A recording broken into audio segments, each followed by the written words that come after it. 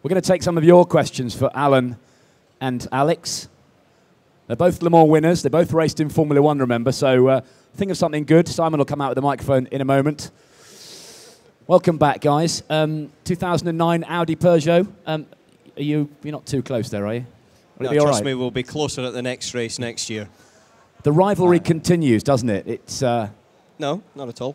Just get in front. Just positioning ourselves. That's the last time he's in front of me. So there's a great battle between these giants of sports car racing, and it's going to continue in 2010. Yeah, definitely. But the thing you forgot, we're not only Le Mans winners and Formula One drivers. We also both married to Essex girls, so that's quite important. Huh? I told you never trust an Austrian. I kept that bit quiet. Alan, 2009, not your best year, you've said. Le Mans didn't go quite to plan, not as well as it did for Peugeot anyway. No, basically we got beaten. There's just no two ways around about it. I think there's two things. One, that especially with Alex and Mark and also with Brabs, they did an absolutely excellent race, very clever, the way they ran it, and showed that the brain power within that car was very dominant within the Peugeot team. And also, on the other side of it, I don't think we performed to the best that we could have done at Audi. And we made some mistakes and were caught out. So, the two things together meant that we finished a podium, which is still a good result. But ultimately, it was a bit disappointing after some of the other victories that we had in 2008, 7, 6, 5, 4, 3, 2, 1. And more. Where do you think the Audi R15 fell down in the race? What was key to... We missed the setup by a country mile. Basically with no test day, and with the first day being wet, then on the second qualifying day, I was able to put in a good time and be on second on the grid. But in reality, we did no setup. And with the circuit evolving, we just miscalculated that, in my opinion, too much. And we had far, far too much understeer. So, and I kind of knew it by the time I was going down the straight in the first lap, because I'd followed Montagny into the first corner, looked in my mirrors out of Tetra Rouge, and there was one Peugeot ready to come past me. I struggled through the chicane, and he blasted past, and then I had Alex, coming round outside of me on lap 2, and I realised then, we'd only done 5 minutes, and I had 23 hours of 55 minutes of hard work ahead of us.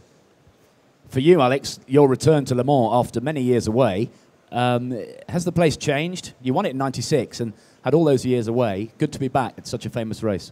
No, in fact, the Le Mans circuit has not changed for so many years. But my perspective have changed in Formula One, where I used to everything being super safe. And going there was a bit of an eye-opener. But in any case, it was fantastic to come back. These days, I mean, maybe some of you have been to Le Mans. It's really a place you have to go, you have to experience, you have to feel it. The whole week is interesting, and the race itself is such a big thing. That's why I just simply love it. Just 1 wee second. I want to pick you up on something there. If I remember correctly, you've just said that after Formula One, which is super safe, that you were a bit daunted by Le Mans. Right. Everybody, here's a mission for you, because this man here is going to give you a free subscription to Autosport if you find it for a year. Aren't you, Strangy? Yes, you are. On .com, there is a picture taken by Mr. Wurz of a camera from inside the car going down the Mulsanne at night at 320 or 200 miles per hour. Little camera taking a picture. And he's wondering about safety, for goodness sakes. Is that true? If you find that on .com, Strangy, he will give you a subscription. Well, he said I should make the ever best pictures, and I knew my competition of the Autosport.com blog for the picture blog of the Le Mans drivers is Allan, so I thought, you have to race the game, so it was a very fast picture, yes. Is it on Autosport.com, that picture? It is. Excellent. I've got to be honest, when I saw that one coming up, because obviously you like to check the competition, and I think it was on the Wednesday night, and I sort of flicked on and saw that, and I just, no, there is no way. And I thought it was a photo montage. So the first thing is, like, how the hell did you do that? And yeah, well, I took the camera out, I took it down, I went click. Yeah, right. I'm giving it. You only need one hand to hold the steering wheel and one hand to take a picture, don't you? Yeah, but you know, you need certain talent for doing that sort of thing. I was wondering how you're holding the wheel.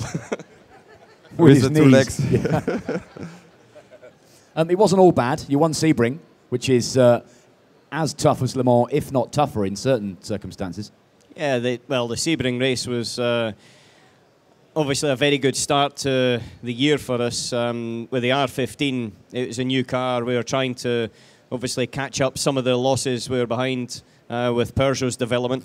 And we won, but it was only by 22 seconds at the end of 12 hours of hard racing. And it was only really in the last 15 minutes when it was decided, because we needed to build up a gap in the last hour. I think I was given a bit of a task of gaining 15 seconds on Montagny to get enough time to come into the pits and out before, you know, the end of the race. And that was going to be the decider to win or to lose. And thankfully, from my point of view, I got the run of it and we got the victory. But it wasn't a very good indicator when we got to Le Mans, which was a bit unfortunate, because usually that's our indicator of Le Mans. And the third time you guys met at Petit Le Mans, Road Atlanta in October, again, another real nip and tuck affair. Yeah, he didn't come. No, he didn't go. It's too wet for him. But Audi Peugeot, they were at it again. Yeah, no, look, at the end of the day, I wouldn't just look at one race, at Petit Le Mans or Sebring, or even 1 year, because since Peugeot's involvement from 2007, it's been a titanic battle, and it's been a very aggressive battle on the circuit, and quite a nice battle on the circuit. And so in that side of it, we've been able to, I would say, lift sports car racing to a point where it's really 100% flat-out racing. And it's one that, you know, I enjoy. And I saw the smile on Alex's face when he came back from the first time in the car again. And so to me, it's real racing. 2010, Alex, what's the plan? You sticking with Peugeot? My plan for 2010 is to make it into to make it into the top 10 sports car driver list in Autosport. I don't know how to do it. No, pay me. Give me money. Finish behind me, and I promise you'll be in the top 10. Okay, yeah, but that's my goal, because I have won the race. I didn't do any mistake, and I wasn't in the top 10 list, so I have to get it off my chest. You've both won Le Mans twice, so the battle's on for the first to win the third. Well, the battle's on for the second Rolex Daytona. I think that's the thing. Let's talk about Formula One for a second before we get some questions from the audience. Who was that? Somebody from Aston Martin. Yeah. What memories do you guys take away from Formula One, your time at the top level?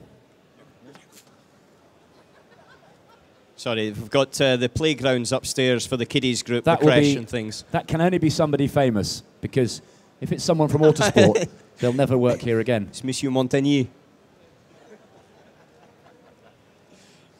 See, now we know the tactics of Peugeot is they're throwing ice cubes down, but not only at an Audi driver, but also at their teammate. That's what we like to see. Inter-team competition. You probably can't remember my question, can you? Something about Formula One. Formula One. Yes. Memories. It all went wrong when I said Formula One. Memories from Formula One.